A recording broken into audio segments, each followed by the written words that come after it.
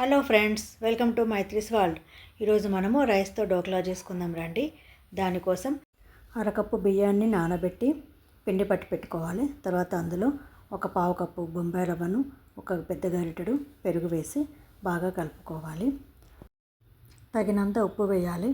ఒక పావు tea spoon తినే సోడా వేసి కొద్దిగా నీళ్లు పోసి బాగా కలుపుకోవాలి.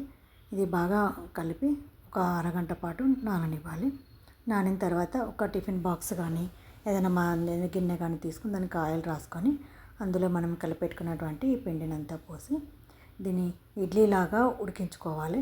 ఆవిరి మీద ఒక గిన్నెలో నీళ్లు పోసి ఒక స్టాండ్ పెట్టి ఆ స్టాండ్ మీద మనం ఈ పిండి పోసుకున్నటువంటి గిన్నెను పెట్టి మూత పెట్టి ఒక 20 to 30 మినిట్స్ వరకు మనం ఉడికించుకోవాలి. తర్వాత ఒకసారి చెక్ చేసుకోవాలి ఉడికిందా లేదా అని. నైఫ్ కానీ ఫోర్క్తో కానీ చెక్ చేసుకోవాలి. మధ్యలో గుచ్చి చూస్తే నైఫ్కి ఏం పిండి అంటుకోకుండా వస్తే ఉడికినట్టు, అంటుకుంటే ఉడకలేదన్నట్టు. అలా చెక్ చేసుకొని తీసుకొని చల్లారిన తర్వాత అంచుల చుట్టూ నైఫ్తో ఇట్లా అని తర్వాత మనం దాన్ని ఒక ప్లేట్లో బోర్లించుకుంటే ఈ రైస్ డోక్లా రెడీ అయిపోతుంది. ఇది చాలా సాఫ్ట్గా వస్తుంది. తర్వాత దీన్ని మనము నైఫ్తో కానీ దేంతోనైనా సరే పీసెస్ లాగా నిలువుగా అడ్డంగా కట్ చేసుకోవాలి. మనకు కావాల్సినటువంటి సైజు లోపల కట్ చేసుకోవాలి. తర్వాత మనం దీనికి కొంచెం పోపు వేసుకుంటే ఇంకా చాలా టేస్టీగా ఉంటుంది. నేను దీన్ని నైఫ్తో కట్ చేశాను. నైఫ్ కంటే కూడా ఈ పిజ్జా కట్టర్తో చాలా బాగా వచ్చింది.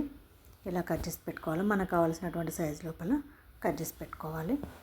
తర్వాత మనం ఇప్పుడు దీనికోసం పోపు వేసుకుందాం. పోపు కోసం చిన్న కడాయి పెట్టుకొని అందులో ఆయిల్ వేసి ఆయిల్ వేడెక్కాక ఆవాలు, జీలకర్ర,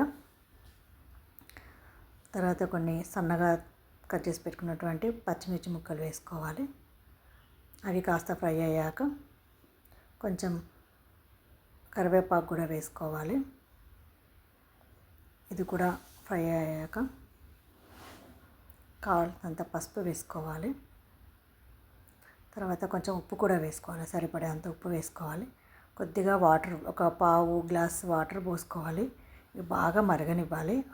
మరిగిన తర్వాత మనం కట్ చేసుకున్నటువంటి పీసెస్ పైన ఈ పోపునంతా వేసుకోవాలి. ఈ ముక్కలన్నీ కాసేపు వదిలేయాలి. ఈ ముక్కలన్నీ కూడా ఆ పోపు నీళ్ళను బాగా పీల్చుకొని చాలా సాఫ్ట్గా తయారవుతాయి. చాలా టేస్టీగా కూడా ఉంటుంది. కావాలంటే మీరు కూడా ట్రై చేసి చూడండి. ఈ వీడియో నచ్చినట్టయితే లైక్ చేయండి, షేర్ చేయండి మరియు సబ్స్క్రైబ్ చేయడం మాత్రం మర్చిపోకండి. Thank you so much.